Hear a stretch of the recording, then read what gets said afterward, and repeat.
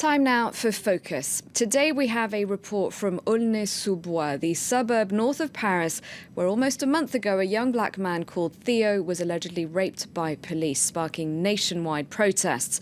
Footage of the assault went viral as France's police force was once again in the spotlight for its brutality. France 24 reporters spoke to residents of Aulnay about how they view their neighbourhood and the local authorities. This area is known as City 3000, named for its 3,000 social housing flats, built in the 1960s. 50 years later, it's more than doubled in size. Our guide is 32-year-old Adama Traoré. So here we are. This is our neighborhood.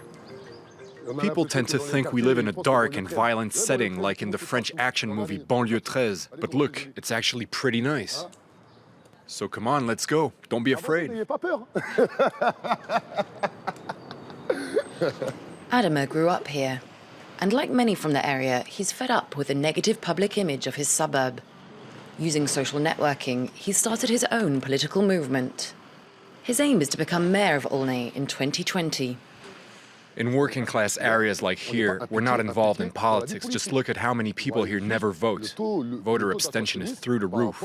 I myself have only voted twice in my entire life. And that's the truth. So before anything else, we have to re-educate ourselves and learn how to become French citizens. Because for too long, they've been defining us by our origins, our religions, never in terms of our identity as citizens. Meanwhile, people here have focused only on the lack of justice and the negative aspects, not realizing that we together can really change things.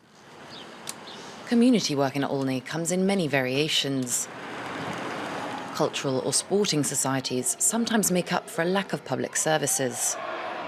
We saw the French champions of Thai boxing paying a visit to a local club. Trainer Bingo has worked with many winners, helping young people from difficult backgrounds succeed through sport. I'm not just a trainer for them, I'm a big brother figure, a father figure. They listen to what I have to say. They tell me when they've done something wrong, and their parents call on me to put them on the right track. More than 2 weeks on from the Théo affair, these young boxers told us about their encounters with law enforcement.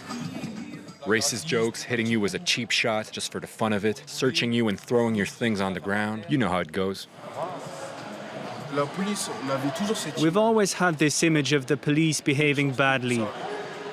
But now that it's all over the media, even our parents are starting to understand why we perceive the police the way we do.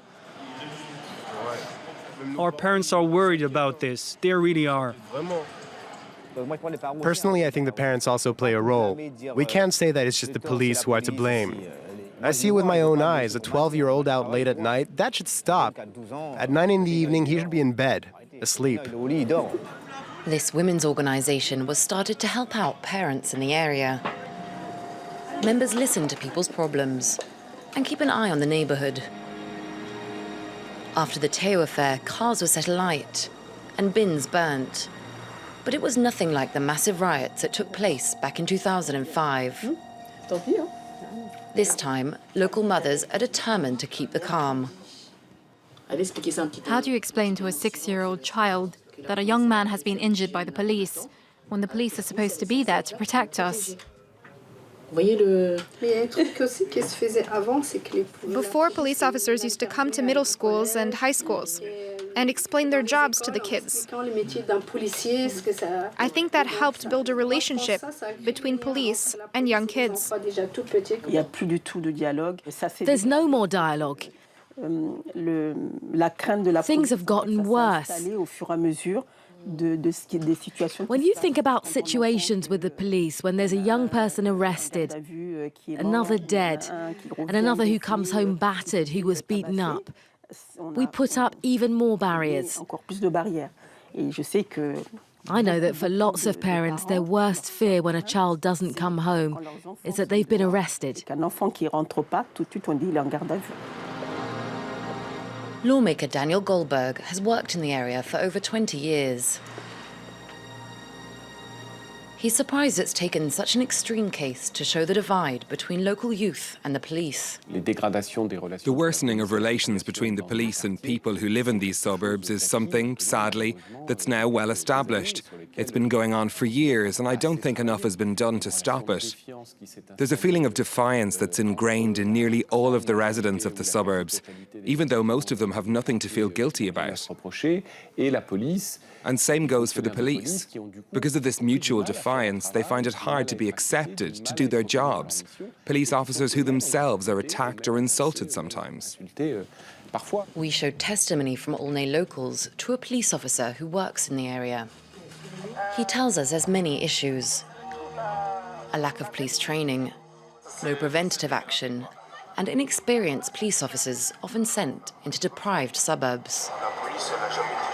The situation we have now resembles a youth gang, the police that's fighting other youth gangs, each side flexing their muscles, trying to show who's the toughest. Some locals have completely given up on the police. They don't want to see us. Same goes for some of my colleagues, for whom these French suburbs are a hopeless case. That the people there are all rotten. They say we've endured too much. We're done filtering the good people from the bad people. It's this mentality on both sides, of lumping everyone together, no distinctions, that's feeding the violence. And if it doesn't change, things are only going to get worse.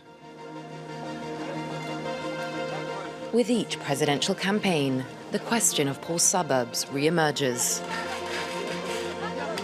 This time, the residents of Aulnay are hoping that promises made on the campaign trail are turned into concrete action.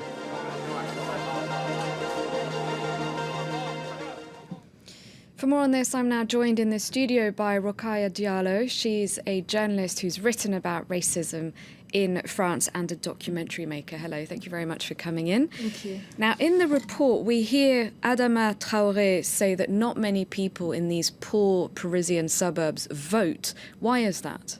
I think that they have a good reason not to vote because in 2012, François Hollande was elected, having 19% of the voters in those kind of neighborhoods in the banlieue. And one of the things that he promised to those populations, especially, was to control identity checks that are randomly made by the police. And the measure was that the police could leave a written record of each identity check that is made. Because we know today, according to the human rights defender in France, Jacques Toubon, that if you are a young, perceived as an Arab or black, you are 20 times more likely to be checked than other people. So it means that you are 20 times more likely to have an encounter with the police and to have a violent encounter with the police, as it has been the case for Théo, who is a black Frenchman. So if François Hollande had been able to just fulfill that promise, I think that people would just trust him and maybe trust the politicians, and it would motivate them to go and to take part to the electoral rally. So the next presidential election is just a few weeks away. Are there any candidates that you're encouraged by? Are there any that you think could make a difference on this particular issue? I think that one of the candidates, Benoît Hamon, and before Yannick Jadot, who now has joined him, has in his platform of proposition included the written records for the identity check, and he intends to create a police against discrimination. So that's something very positive. And on the other side of the political landscape, Marine Le Pen and the National Front, after the Théo case has occurred and has been visible to the nationwide, she started a petition to support the police. So I think that it's a way to feed divide into the population. And but the police say in the report we hear that they too feel violated somewhat, that they too are victims of violence.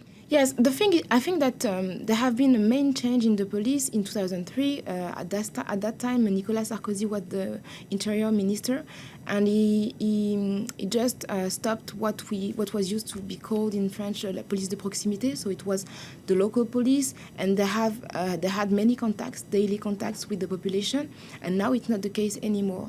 And we need to know that 80% of the police officers come from small town or rural areas. So that means that they have no use of being in contact of populations from the banlieue. So what they see when they see people like mostly Arab or black people, they have the same lens as any other French who see the way they are depicted in the media.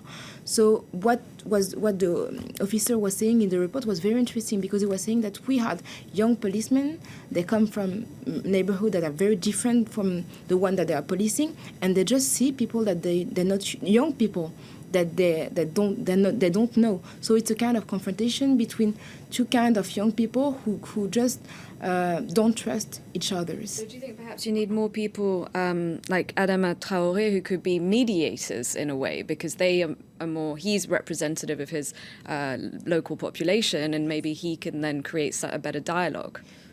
Sure, because, and he is willing to be involved in politics, so maybe one of the solutions would be to have politicians who represent a wide range of the population, because now what we have, all of the people who run from the election are white people, and none of them has any experience of just living in those kind of neighborhoods. So that's the reason why I think that a part of the population don't feel like they are represented by the people who are pretending to speak. So he might have a good chance then of being elected mayor, and perhaps people have been encouraged to be more politically active since, well, there have been several cases, but the most recent one being Théo.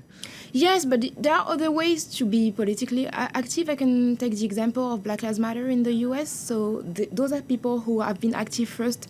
So France can learn from that movement? Yes, on social media. And they pressure the candidates, and at the end of the day, Hillary Clinton had in her platform a proposal coming from Black Lives Matter from social media. So in France, we can be inspired by such movements. All right, well, it's good to end on a positive note. Thank you very much indeed, Rokhaya Diallo, for coming in for Focus. Thank you for